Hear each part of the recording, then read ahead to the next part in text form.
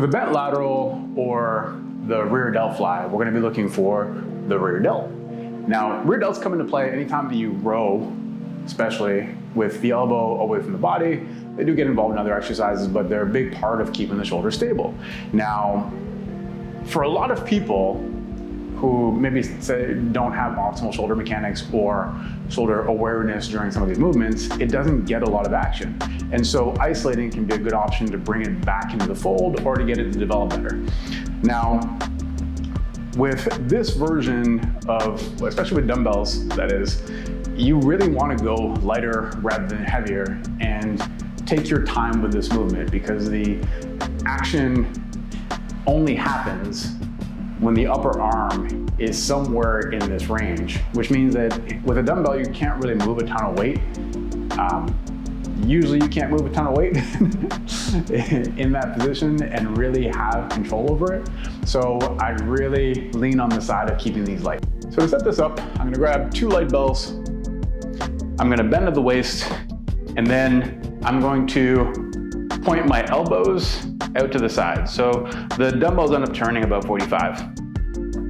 From there, I'm going to keep a little bend in the elbow and pull the dumbbells apart till my upper arm is parallel to the ground, and then slowly let that back down. Ideally, I'm just gonna keep these moving every time, controlling the descent of the bell, which gives me tension through those rear delts.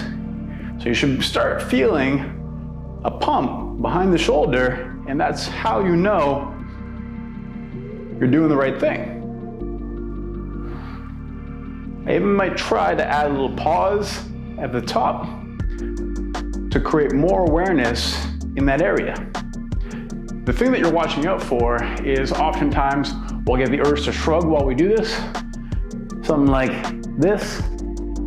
This almost eliminates the rear delts entirely. So let the shoulders come down away from the ears.